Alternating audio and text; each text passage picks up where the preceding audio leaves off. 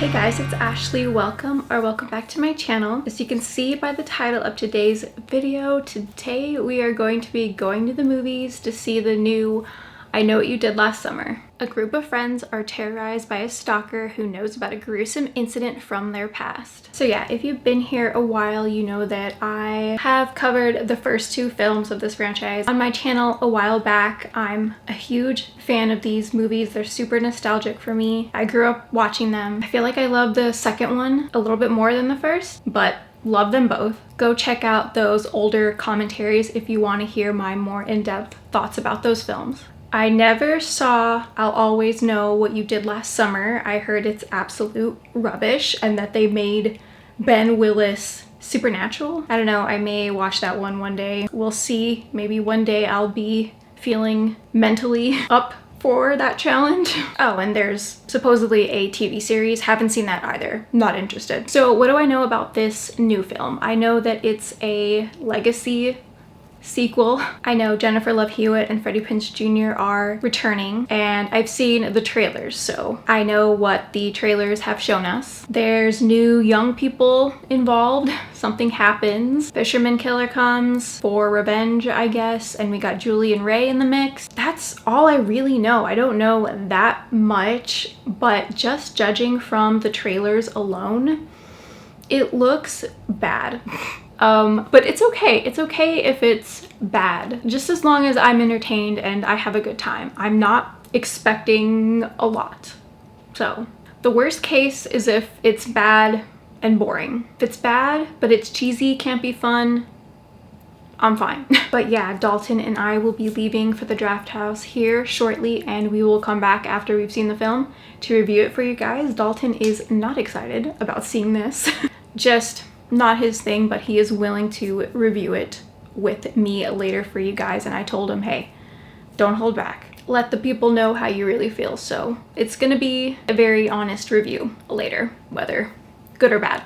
But yeah, I don't really have too much else to say. I'm still excited about it, even if I wasn't blown away by the trailers. Still hoping for the best, as always. So yeah, let's go see I Know What You Did Last Summer.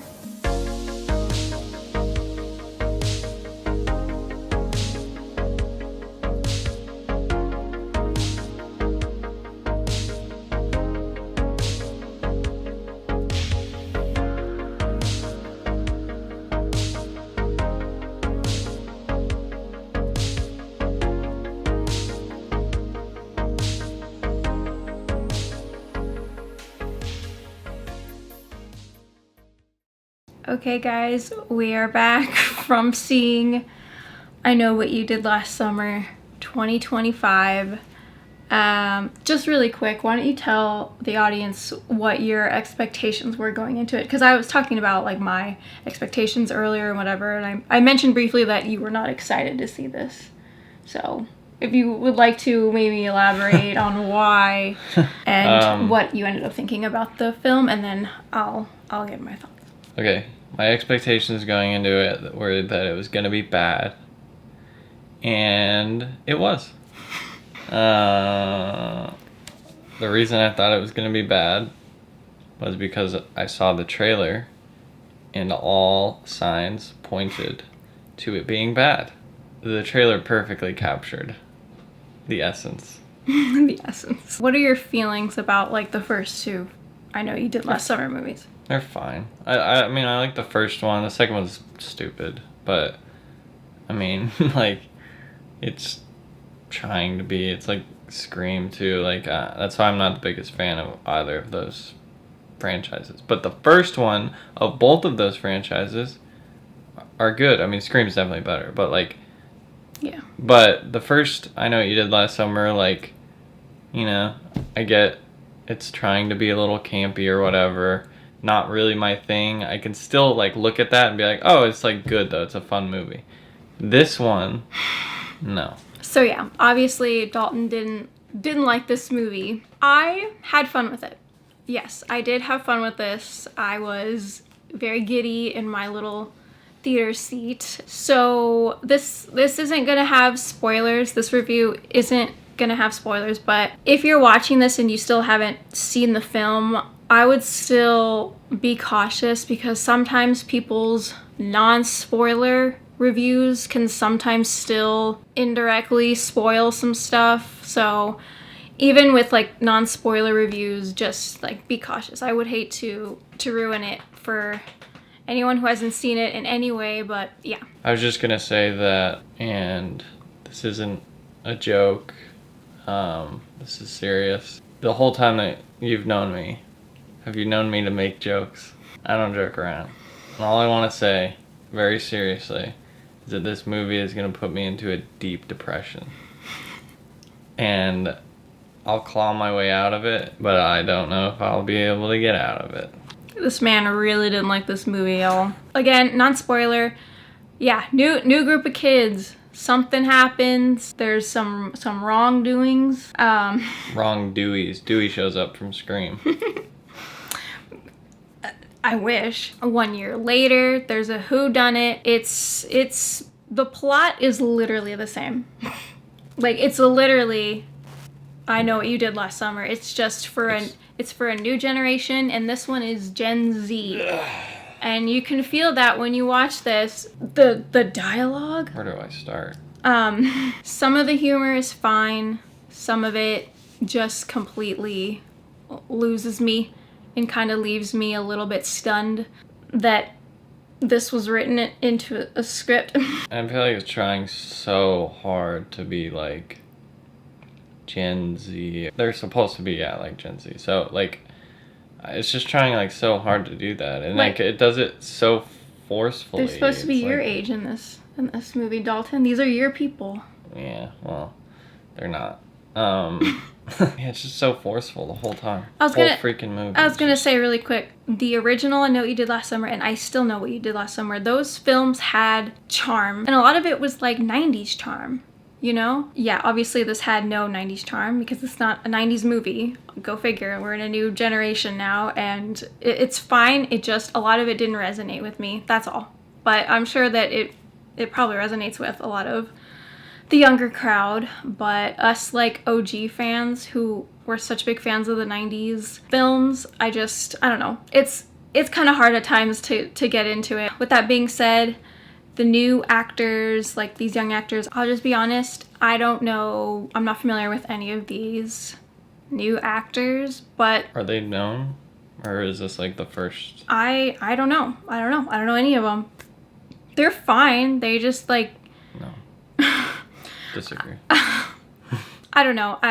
That's gonna be mixed for a lot of people, the acting and whatnot, because I'm sure that like back in the 90s, like Jennifer Love Hewitt, Sarah Michelle Gellar, Ryan Phillippe, Freddie Prinze Jr., I'm not sure if they were like receiving a lot of praise for their performance in that movie, so it's hard to say, really. Yeah, that's true. I mean, this isn't like this. I feel like this isn't a movie that, I mean, nobody expects it to be like this crazy performance of, you know, it's literally just like get some new faces out there, and like this is like probably their first big break, like first movie that's gonna be this popular. And to me, the whole thing, like everything just felt so forced, and like I don't know, like it's hard to not go into like anything spoilery, but just like everything just felt so forced throughout the whole movie, and like even the humor like was trying so hard to be Gen Z humor. Like that's the difference about, like, I feel like the 90s more natural ones, it was more natural, like it was more like just of the time, like the humor that came along with it was just like natural. So yeah, most of the dialogue was quite cringy and just kind of jarring. Let's talk about the kills, because I like briefly heard that it was gonna be like super gory. It's fine. Like I don't think it's tame, but the kills are like nothing that spectacular. Maybe there's like one or two moments that are a step above the rest. I don't want to spoil anything, but I don't know. Kind of mediocre kills. Yeah, I don't feel like any of it was like... Definitely more gory than the first two. Yeah, I don't feel like anything was like scary. Like, not scary, just every scare was a jump scare. It was actually funny. Like every every single scare was a jump scare. And a lot of those were fake out jump scares. They were just like loud sounds, and that irks me because it actually like it makes me jump. Like I was just there with my ears plugged because I don't like the loud sounds, and it just doesn't like leave you feeling satisfied at all. The worst kind of jump scare is when they're building up as if there's going to be a jump scare, and then all they do is cut to a different camera or a different just a different camera angle and just play a loud noise. That's it. Like, it's literally, and there's like a lot of those. There's like at least 5, I feel like. Like, there's a handful of those. That's the cheapest, worst jump scare. Like, you can even, for me, the ranking of jump scares is like that, and then a little bit better is they think it's something scary, like for real, and it's not.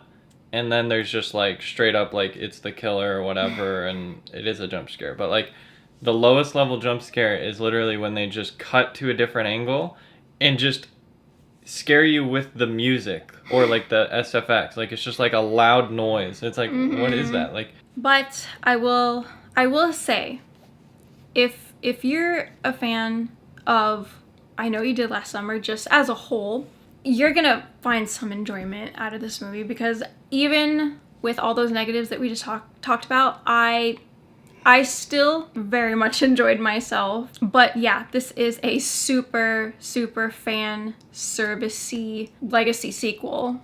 Like how a lot of people were talking about Halloween Kills back when that came out being very fan servicey. I feel like this is pretty much the same, if not even more fan servicey than Halloween Kills was. By the way, I don't mind fan servicey things. If I am a fan of the original film, I'm gonna like the fan servicey bits, and I did as a fan, you know. But like for someone like Dalton who's like not that into it, that's where like I can see it like feeling forced in a lot of ways and just like very artificial. the thing is, there are things that I'm a big fan of in media and like movies and stuff, and I wouldn't like that. Like I wouldn't like them. First of all, I have a rule which is no sequels ever. Period. Don't make a sequel unless it's known before the first movie, or like it like my exception to that rule is like, you know, X, Pearl, like and then Maxine. That's a little different, but because that's almost more like it's intentional. When it's like we just start making sequels because like there's some success with it and it just turns into mushy just fan service. Like I feel like most of the new Screams, that's all it is. I would like a sequel to something because it's reminiscent of the original, not because it quotes the original or has callbacks to the original, stuff like that. Like maybe every once in a while, but when like the whole movie, the literal premise of this movie is just like this franchise has a fan base and we want to cater to them. Like that's the whole premise of making this entire movie. Like the story is, you know, the same story I feel like could be written in a night, to be honest. Like it's just like there's moments that made me laugh though throughout it, but it wasn't intentional. Oh boy. Yeah. So of course this is a legacy sequel, so we're bringing back Jennifer Love Hewitt as Julie James and Freddie Prinze Jr. as Ray. By the way, Julie James wearing that Disintegration Cure shirt, I love her. I have that exact same shirt. Trust me, if I had known she was gonna be wearing that shirt, I would have worn mine. I never would have thought Julie James as a Cure girl, but learn something new every day, I guess. But yeah, the stuff, I'm trying so hard to not spoil this. The stuff with Julie and Ray, I can see how that might cause some mixed receptions. I feel mixed about what goes down myself, but at the end of the day, I feel like I enjoyed it more than I didn't. By the way, the reveal, so obvious. Like, you knew you knew it was going to be this person, like, the second you see them on screen. Like, it is so obvious. It was actually, like, kind of funny when the whole ending happened. I'm like, yeah. Like, yeah, I knew that. I knew that immediately. Just how I thought, like, the killers in Scream 6 were, like, super predictable. It's literally that predictable. It doesn't kill the movie or anything, but it's just kind of funny. Also, there is a mid-credits scene, so make sure you sit through the credits. I knew this before going into it. I heard about it online, and it was, like, kind of surprising that I saw so many people walk out of our theater, like, as soon as the credits started. I'm like, y'all wait. But yeah, please don't miss that, because it's pretty great. And there were also a few things here and there that pleasantly surprised me that I wasn't expecting, so I enjoyed those moments. If you're a fan of the franchise, I feel like you'll really enjoy those little moments too. Also, another thing that I could feel while watching this was that it was made by people who really were fans of the original. Like, you can just kind of feel that it was made by a fan. I guess that ties back into the whole fan servicey thing, which you can look at it as either good or bad. I am more on the side of it being a good thing, but again, if you're not really a fan of the franchise, I can see how it's kind of more of a negative thing, or maybe a bit more annoying, the fan servicey stuff. But I don't know. You can just tell that everybody involved had a lot of fun making it. Like, I feel that from watching it, whether you liked the final product or not. And I feel like when that's the case, it's just a fun watch. I would love to talk spoilers, but we're not going to do that in this video. Any last thoughts on I Know What You Did Last Summer 2025? We know you hate its guts. Anything else you want to add? Good, bad? Do you want to rank it? 5 out of 5 stars? Rank it out of 5 stars? Mm-hmm. It's a 3 out of 5 for me. Give it a 1.26. No, it's not that bad, y'all. It's really not that bad. It was fine. I enjoyed myself while I ate a whole pizza and popcorn and cookies.